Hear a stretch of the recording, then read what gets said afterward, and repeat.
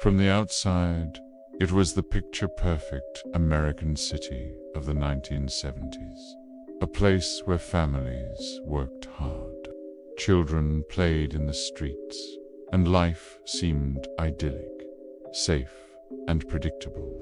But for 3 long decades, a chilling, unimaginable darkness lurked just beneath that tranquil surface, hiding in plain sight.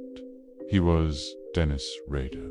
To his neighbors, he was a family man, a husband, a father of 2, the president of his church council, and even a dedicated Cub Scout leader.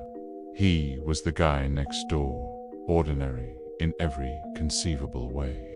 But he harbored a monstrous secret, a second identity he meticulously crafted and chillingly named himself BTK, bind, torture, kill.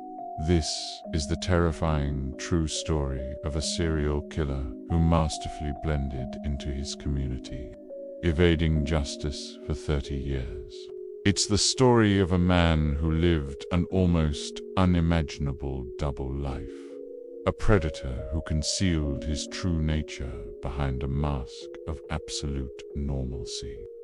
How did this pillar of the community become one of America's most twisted and infamous killers? Let's unmask the man who haunted a city for a generation.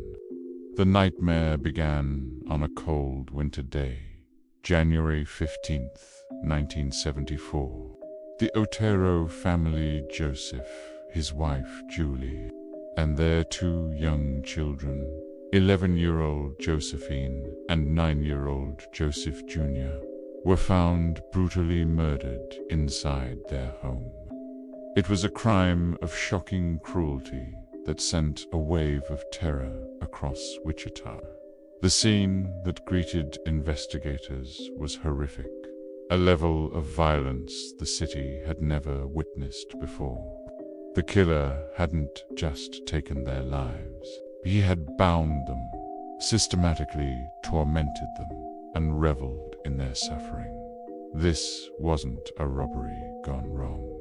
It was something far more sinister, a ritualistic act of evil. The massacre of the Otero family was the bloody debut of the BTK killer.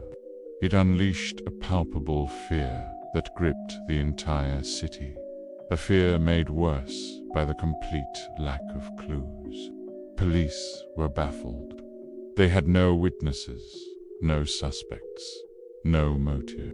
The phantom killer had struck and vanished without a trace, leaving behind only devastation and a community paralyzed by the question, who could do such a thing? But BTK was not a silent killer. In fact, he craved recognition. He needed the world to know about his gruesome work. Shortly after his initial crimes, he began a twisted correspondence with the police and local media outlets. He sent letters filled with arrogant and mocking language, detailing his crimes in chilling detail and taunting the authorities for their inability to catch him. It was in one of these first letters that he gave himself the now infamous name BTK, a gruesome acronym for bind, torture, kill, proudly spelling out his depraved modus operandi. This wasn't just about murder. It was a game for him. He wanted to be a celebrity of crime, to prove his claims. He sent evidence taken from his victims, including a necklace belonging to one of the Otero children. He composed poems about his killings and even suggested potential nicknames for himself. He challenged the police, daring them to find him, all while an entire city lived in constant fear, never knowing when or where this brazen, invisible monster would strike next. His letters became a symbol of the city's powerlessness and his terrifying control. For 3 long decades, the reign of terror continued. After the Otero family, BTK's list of victims grew. Catherine Bright, Shirley Vian, Nancy Fox, Vicky Wigarell, Maureen Hedgel fell prey to his sadistic ritual. Each case bore his unmistakable signature: bind, torture, and kill. The police department threw everything they had at the case, dedicating thousands of hours to the investigation. But BTK was a ghost. He was always one step ahead, seemingly able to melt back into society without leaving a single clue. His killing pattern was erratic. He would go silent for years at a time, lulling the community into a false sense of security, making them hope the nightmare was finally over. But then, just as suddenly, he would resurface, unleashing a fresh wave of terror and reminding everyone that he was still out there, watching and waiting. Fear became a permanent part of life in Wichita. The question, "Who is BTK?" haunted everyone, from law enforcement to ordinary citizens. The killer was a phantom, a boogeyman who could be anyone, anywhere. Then, after a long period of silence, BTK resurfaced in the early 2000s, unable to resist the lure of the spotlight one last time. His ego, the very thing that drove him to taunt the police for decades, would ultimately become his undoing. In a series of new communications, he asked the police a fateful question. Could he send them a floppy disk without being traced?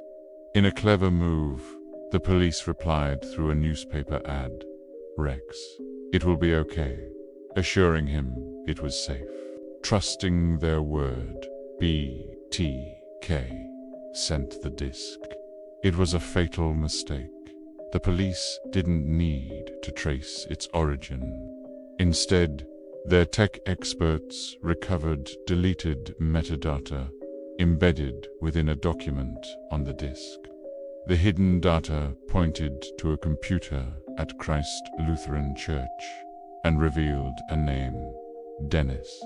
Investigators quickly cross-referenced this with their list of potential suspects and landed on Dennis Rader, the church council president. Suddenly, the puzzle pieces started to fit. Rader, the seemingly ordinary man, the city compliance officer in the animal control uniform, the devoted husband and father. He was a man no one, not even his own family, ever suspected. His entire life, his public persona, was an elaborate and monstrous lie.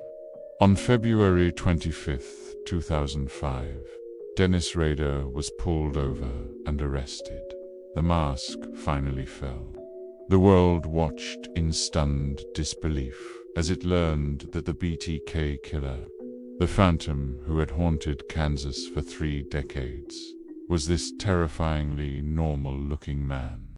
During his court proceedings, Rader chillingly and emotionlessly confessed to 10 murders, describing his crimes in graphic detail without a hint of remorse or empathy.